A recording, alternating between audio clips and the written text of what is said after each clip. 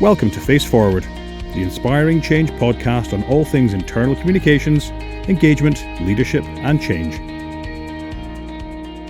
I'm delighted to be joined today by Declan Bourke. Thanks for coming along. Not at all, Scott. Delighted to be here. Thanks. So I guess before we kick off, before we get into the kind of the nitty-gritty of some of the comms and engagement stuff that we want to get to talk about, maybe just give us a couple of minutes about yourself, about your history, where you've come from, some of the things you've done. Be interesting. Okay, so I'm a 25-year veteran of, I guess, employment. I spent the first 11 years of that in Tokyo in Japan, which had some interesting communication issues, clearly, although mainly linguistic in terms of the language. Further to that, when I moved back to Europe, and I've had two main roles since, both in financial services and both as managing directors in Ireland, and currently now with IG, which is a UK-based FTSE 250 listed entity, which offers derivatives and share dealing to retail investors. Okay, interesting, brilliant. So we may come back to the Japanese thing in a while, because it'd be interesting to talk a little bit about the differences between some of the leadership styles from a Japanese type culture to more of a Western culture. But for now, what are your views on what makes a good leader? That is such a broad question, Scott. Personally, I think most people who will answer this will answer it based upon their own leadership style, and I'm no different in that. I firmly believe that if you're going to lead, you need to be able to lead from the front. So basically to demonstrate that you are willing to do whatever it is that you're asking anybody else to do. I think actually you need to be very clear in what you would like, and you need to communicate almost consistently all the time. And even if you communicate something once or twice, that's generally not enough. You need to communicate the same thing 3 times and 4 times and 5 times, and just basically over and over and over, so that people truly do understand but also believe you. Because if you say it once, they could be doubting whether or not it's actually genuinely what you want, or so I think it's really important to be consistent in communication. And really, integrity, I guess, is the key word for me when it comes to the fundamentals of leadership. If it's very difficult to respect somebody if you don't believe in their integrity, so you need to demonstrate at all times integrity, and that can mean having difficult conversations. It can mean having the easier conversations. I've seen in my career to date people who like leading and are very good at it in good times, but then kind of go into their shells when things get tough. Conversely, I've had people lead me who believe it's very good to focus on the areas for improvement all the time, and they don't really celebrate the positives enough. So I think balance essentially is also really, really important. Okay, interesting. And you talked about integrity there, and I think you also mentioned the word belief. And for me, as an internal communicator and an engagement expert, belief is hugely important. And I just wonder, how do you engender belief in people that work with you and for you? Okay, another good question, Scott. So I think the first thing is it depends on the type of organization you're in and what it is that you're trying to achieve. But the strategy and how you come up with that is really important. Yeah. In some circumstances, a top-down strategy is appropriate, and in others, it's possible to build it not quite from the bottom up, but basically to get people involved earlier. Yeah. So have a straw man that brings them and get their input and feedback. Exactly. So, and I think even with the top-down based strategy, so I mean, in my current role and in my previous role, I guess working for entities where the global headquarters isn't in Ireland, there tends to be quite a lot of top-down, but you do get the capability then within that to look at how that strategy should play out in your own market. And I think in that context, I've been a big believer in ensuring that everybody in the teams which I've run are party to and involved in that discussion about how we will implement the broader vision and strategy in our market. And I think if you do that, that goes a long way towards getting people to believe, to be inspired, I guess, in what they're doing, and to believe also in the message, and really to own it.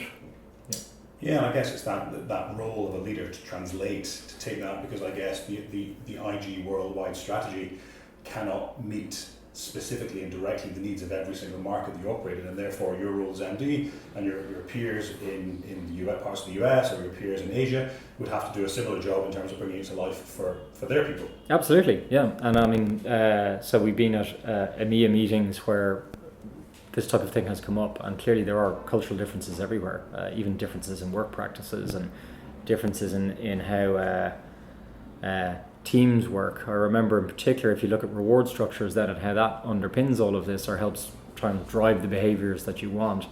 A discussion from about 6 years ago where a UK based team was quite individual in terms of how they were trying to do it. This was a new business team, and comparing that to a Swedish based team where the notion of team was maybe slightly more developed in that they didn't need to be rewarded in order to pick up and help out someone else's work, whereas in the UK at the time, in this particular entity I was working for at the time, it was definitely I needed to be rewarded to help out my work colleague, you know. Okay. And how, as a leader, how could you help the organisation to get over that culture that's maybe more reward based centric? Well, I mean, I think it you have to look at, I would always think, what's the strategy, what do we want to achieve, what behaviours do we need to exhibit and drive in order to get the outcomes that we're looking for. And I think it's so knowing your team, knowing the culture that you're operating within, and in the modern world, often it's a multicultural team. So, you know, you need to understand perhaps situational leadership as well. Not just based on culture, but the types of individuals they are, and they might need help in different ways. So if you wrap all of that in together, you spend a lot of time actually working with people, coaching as well as directing. Yeah, and if you get that right across a team and with the various team leaders, and you have a nice structure around there, and you build a culture really, I mean, which drives that kind of performance that you want, I think that can help. And I do think that culture, even though again it's the overall culture of the firm that you work for, will change based upon market to market. And I think that's where, as a local leader, you can definitely have a strong influence. Yeah, and I think you're absolutely spot on, and I think it has to change, because you can't take a US culture or a UK culture and apply it to Japan or Sweden, because it just wouldn't work, it wouldn't be authentic. I wrote an article last week, which you can find on inspiringchange.ie on the blog, on values. And I just wonder how, when you're trying to create that culture within an organisation, whether it be globally or whether it be within Ireland, how does values play into that, and what do you have to do as a leader to engender those values in order to drive the right culture? Well, it's interesting because IG has just undergone in June of this year a kind of a redefinition of our values, so I think it's done a pretty good job of doing that. And who defined them, out of interest? They were defined basically by the senior leadership team based in London, but there was input from all markets at a senior level. But primarily it was, again, a top-down type basis. And then in June, all of the senior management from around the world got together in our London headquarters, and we had a 3-day kind of workshop around really what the values meant. And there were lots of discussions about how they would, you know, impact our work for us as individual local leaders, and how we felt the various cultures in which they were trying to be rolled out were there. So, I mean, it is always an interesting one whereby I think it's quite difficult to localize everything in a global organization to fit local cultures completely. I just don't think that works actually. At the same time, the reverse of that, where you just try and take a one size fits all, doesn't work either. So again, I'll use the term balance. I think there needs to be balance, and I certainly felt that at the end of the June workshop, for us, everybody went back to their respective markets, and workshops were then planned and set in with local teams, and also somebody from global headquarters came out as well to assist the local managing director with those workshops. And then post that, there were further workshops, and it was really, and then you can then start introducing interesting ways of seeing if people are really starting to try and live by those values and how they embed them, by introducing kind of fun around different markets, coming up with case studies of how they are actually living those and demonstrating those values. That's interesting. And with the plan ultimately to embody those values in things like performance management and into reward and that kind of thing? No, it's at this particular time, it's not. It's actually just about having a set of values which define or redefine, I guess, to some degree, the DNA of the company. I've worked previously in regimes where values are brought into the performance management structures. I have mixed views about that. I think in some ways it can work. In other ways, you get a certain amount of gamesmanship in order to try and produce the results which will have the most positive outcome from a performance management and therefore rewards basis, which doesn't necessarily drive the correct type of behavior.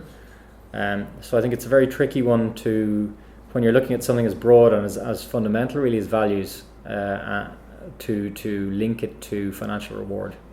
I think that's a difficult one to pull off correctly. Okay, interesting. And I love the idea of storytelling and the case studies, because I think that's what ultimately will bring the values to life for people. I think it's creating those kind of aha light bulb moments that people go, oh, that's what they mean by courageous, or that's what they mean by visionary, or that's what they mean by whatever the value is. It's a great way. It's probably the only way to actually do it really, really effectively. In terms of, we talk a lot about employee engagement, and it's become maybe a bit of a buzzword. And actually, my own belief is that employee engagement isn't about the destination. It's about the journey. And leaders have a huge amount to play in that journey in terms of creating an engaging place for people to work, in order that we get the most out of them, in order that we get that bit of discretionary effort, in order that we develop and build a culture in a workplace that people want to come to and do their best. And I just wonder, what do you see as the role of a leader in creating that engaging place to come to work? Well, I mean, clearly, I guess to begin with, supporting initiatives which do just that, not being dictatorial about what those should be. So again, the whole notion of getting everybody to buy in, making sure they're defined well and they're rolled out and supported appropriately. I think also, I mean, I've always been a believer in being accessible and being friendly, irrespective of your position. So as an example of that, I guess if you're passing a dealing floor, sometimes it can be pretty manic, but during a quiet period, I would always take the opportunity to go and talk with people on the dealing floor and to find out how things are going, and really just making sure you stay in contact with the business. Because what it also does is, apart from the fact that it helps because you are actually more in touch with the business then, it shows that you are accessible and therefore a little bit less scary. And then when you do need to ask people for honest opinion, in my view, you're more likely to get it than if you've been in your corner office and with the door closed most of the time. Yeah, for sure. Yeah. I once was in a workshop with the CEO of a large bank, and we got talking, and we had to give each other feedback on what we thought people thought about us. And I didn't know, so I suggested that perhaps we'll give each other feedback on what we thought of that particular person, while my brain was telling me to stop talking and asking questions which were going to plainly just get me into trouble. So he said, what do you think people think of me? And I said, well, other than being amazing, no, I didn't say that. Yeah. I said, I think the problem is that people don't really know you. People don't really know who you are. They don't know what you like. They don't know what you do. They don't know your schooling or what rugby team you support or anything about you. And therefore, to them, you're the CEO. You're not somebody that they can come to exactly in that instance with feedback, with ideas, with an open door. Even though you might be sitting there willing them to come in and do that, if they don't know who you are, if they don't have a relationship with you, then it's going to be really tricky for them to do that. And that was my advice, was just get out more, exactly to that point, walk the floor, talk to people, do some Q&As, just get people in a room and just show them that you're just human, have a bit of a laugh. And I think all too often in business we miss that human side, we're too busy being bankers or stockbrokers or whatever we are, and we end up not being human anymore. And that for me, along with storytelling, underpins the whole idea of engagement and internal communications. It makes perfect sense to me. And I mean, I also think, depending upon the scale of the organisation, the getting out there more can also be achieved in certain way. Like you can hold town halls, but you can video stuff. You can, stick it up on the intranet. You can clearly do in-person visits. But there's many different ways. But it is, I completely agree about. I mean, we're all human when it comes down to it. So it's very useful, I think. And if you want to bring somebody, I think, from a leadership perspective on a difficult journey, if they understand that you are human too and that you're all in it together, it's much easier to lead them on that journey than if they see you as some distant MD, chief executive figure who really doesn't know anything about them. Okay, great. And that was a beautifully unplanned segue into my next question, which is about going on journeys and change. Because organisations over the past number of years, particularly in Ireland, obviously we went through that fairly nasty period after kind of 2008, 2009 for a number of years, a few years of austerity, and things just weren't very great. They were all a bit bleak. And I think we're still, in some ways, still trying to get over that. And I think, from my perspective, living here for 17 years, we're not quick, and I think human beings aren't quick to change. We quite like the status quo, we quite like it as it is. So I kind of wonder, what role do you think that leaders have, particularly from a communications perspective, from an engagement perspective, during times of change, to try and engender a change culture in their people? I think a very important role. I also think it depends. I mean, in this context, I think leadership isn't just about a chief executive. Leadership is about all levels in the organisation. And it's very important that all levels feel empowered enough to lead, but also inspired enough that they will lead. So I think, again, depending upon size of organisation, the chief executive definitely needs to be out as the commander-in-chief, so to speak, putting that message out there, being the voice of reason and calm, but also honesty. I think one thing that sometimes organisations fall foul of is trying to protect, in inverted commas, the workforce from some maybe unpleasant news. Absolutely. Even though the workforce probably knows in some way or form that it's there, and if they don't, they're probably making up the story in their own heads, I imagine. Exactly. So I would be a believer in really being straight with people. I think you give them the respect that they are adults and that they will appreciate that. Sometimes that means in the short run you get people who can be quite upset, but longer term I've always seen that pan out to be a better approach, basically.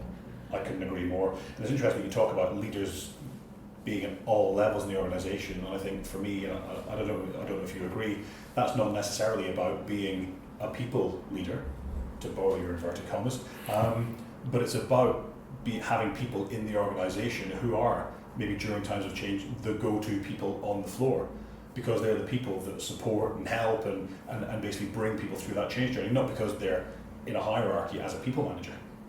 Well, no, absolutely. I mean, it's you don't need a title to lead. It's as simple as that. I've never been particularly title motivated, and I don't think. I mean, you even look at it. To bring it back, you mentioned rugby earlier. To bring it back to, I coach under 10s rugby, where at this point we don't have a captain of the team, but you will find that there are leaders within that team nonetheless. Yeah, for sure. So they don't have the title, and that's at an under 10 level. So I'd certainly hope by the time we are in the workforce, we're a slightly more evolved version of that. Slightly more evolved version of under 10 rugby. Maybe in some cases we are, maybe not in all, I imagine. Who are some of your role models, would you say, in terms of the types of people that you look up to, the types of people that you've learned things from? Is it all from books and GE and Branson and those kind of guys, or is it people that you've come across in your life? Yeah, it's from a wide range of everything, really. Books, definitely. I read a lot. I think it's also I've had the fortune, I guess, certainly in the Tokyo days, of working in to a number of different organizations, which would have been headquartered elsewhere in the world. So I got an interesting maybe view on leadership from different cultures, albeit all in Japan. And clearly you had the Japanese culture, which would then impact that. And it was very interesting to see how that was ignored in some cases and accepted in others. I also think that I've actually learned to lead sometimes from people who have reported to me. They've actually taught me ways in which I can certainly be better. So I think that's been important. And also outside of the workplace, I mean, I think there's loads of different ways you can see and admire leadership in others. And it's really, for me, it's about being having the ability to self-evaluate, being self-aware, and really trying to absorb from as many places as possible tips and tricks, essentially, and things that I've seen have worked well. And even on the contrary to that, things where I see it really doesn't work well, just making a mental note of that and making sure I don't do that. Yeah, okay, great. Wanted to come back, and we said at the top we talk a little bit more about Japan and Japanese culture. I think that we talk about having different cultures in organisations in Ireland or in the West. I guess something like Japan, the culture is so fundamentally different, seemingly from the outside anyway, so fundamentally different to Western culture. I just wonder what that taught you that you can bring back to Western cultural situations. Well, I mean, again, not looking broadly at the culture within the workplace is distinct from the culture outside of the workplace, and maybe not just focusing on leadership. There's quite a lot. So the Japanese traditionally would have it's very hierarchical, but within that hierarchy, again, talking about leaders at all levels in the organization, every new person in an organization winds up with what's termed a senpai, which is basically a senior to them, and it's the job of the senpai almost to mentor and look after their kohai, who's the person junior to them, and that can happen at all levels of the organization all the way up, which in a way is a form of leadership. So you could actually argue that the majority of people within traditional Japanese organizations are leaders in some capacity. And I've always found that to be something that's quite admirable and something that I like. Now, there are clearly, like everything in the world, there's good and bad about everything. But if we take the good from that, I think it's good. I think also, for me, one of the most interesting things about the whole Japanese experience was, yes, the value system is completely different, and the approach to doing things is different, and it's consensus decision making a lot of the time, which can mean getting to a decision can take what would seem to an Irish mind an inordinately long amount of time. Yeah.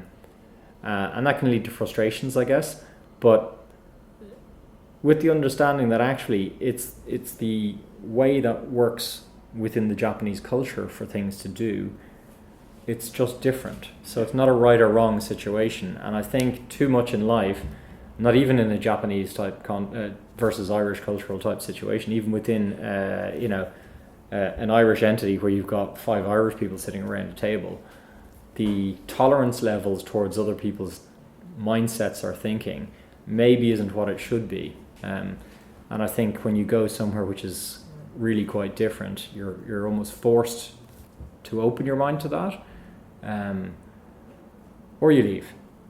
Yeah, so it's clearly not for everybody. Yeah. But I think that's definitely something which can be learned from it. And I think I think as well, I mean, the hierarchical type thing has some positives, but broadly I think it's quite negative in that there can be a fear as well to speak out and to contribute. And sometimes it's not wanted anyway. So it really depends. I mean, there's positives and negatives too. It is very different. But I mean, I guess on a for every individual, the two things, one would be to recap, I guess, that kind of senpai kohai, so the kind of the senior, that you have an obligation to look after somebody, and of course there's somebody senior to you who has a kind of an obligation to look after you, to watch out for you, maybe is probably a better term. Kind of mentoring, yeah, in a mentoring capacity. I think if that was happening genuinely across all organisations in Ireland, I think you'd have quite a different dynamic, maybe. Not that it doesn't happen to some degree, but it's in a less structured way, maybe. Yeah. And I think also just that openness to other thought processes, because there's a validity in them. I remember being in India on a trip where we visited a number of different companies, and I asked, each time I had one question, and the question was, how many of the senior execs here are not Indian? And in most cases of the companies we visited, the answer was none. And I said, well, do you not think that's a bit of a competitive disadvantage because you could have a groupthink issue going on? And the answer I got back was no, because everybody's been educated in the best places in the world, right? So Harvard, Oxford, wherever it was. But I would still argue that they're still all coming from the same value system and the same culture, and therefore there could be a weakness there. Not necessarily. There's a strength in unity as well, but again, it's I think in a similar type context, once your mind is open to that, and then you can think, okay, if we're both from the same neighbourhood in Dublin and we've grown up there our whole lives, we assume we think the same way, but actually we might not. So if people get their minds open to that and they can genuinely kind of live with that, I think the rewards can be plentiful. Okay, brilliant, interesting. Final question before we go. What leadership advice, what one piece of leadership advice, I'm going to ask all guests this question, what one piece of leadership advice would you give your 20-year-old self? My 20-year-old self, I would say integrity, and trust my gut. Brilliant. Declan Bourke, thanks very much for your time. Thanks, Scott. Thanks for listening. For more on inspiring change and to read our blog, please visit inspiringchange.ie.